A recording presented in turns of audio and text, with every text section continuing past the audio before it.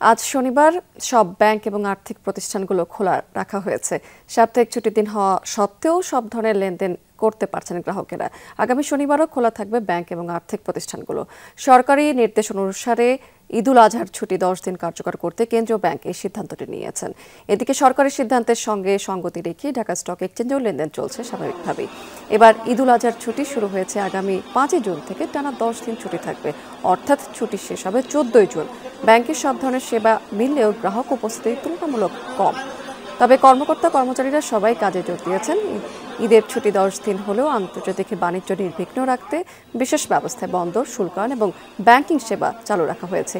এবারও এর ব্যতিক্রম হবে না বলে জানা গেছে। যেহেতু ঈদের 10 দিন ছুটি, লম্বা ছুটি, মানুষের বিশেষ করে ব্যবসায়িক গার্মেন্টস ইন্ডাস্ট্রি বা অন্যান্য যেসব শিল্প প্রতিষ্ঠানগুলো আছে তাদের বেতনের ইস্যুজ আছে, এক্সপোর্টের যেসব প্রস্তুতগুলো আছে সেগুলো আসার ইস্যুজ আছে। 2 দিন খোলা রাখাতে সুবিধা হচ্ছে যে এই এক্সপোর্টের যে পারফরমেন্সগুলো, যে অ্যাক্টিভিটিসগুলো সেগুলো চলমান থাকবে। তাতে কিন্তু যে সব ঈদের যে ছুটির, যে লম্বা ছুটির যে প্রেশারটুকু সেটা কিছুটা রিলিফ হবে।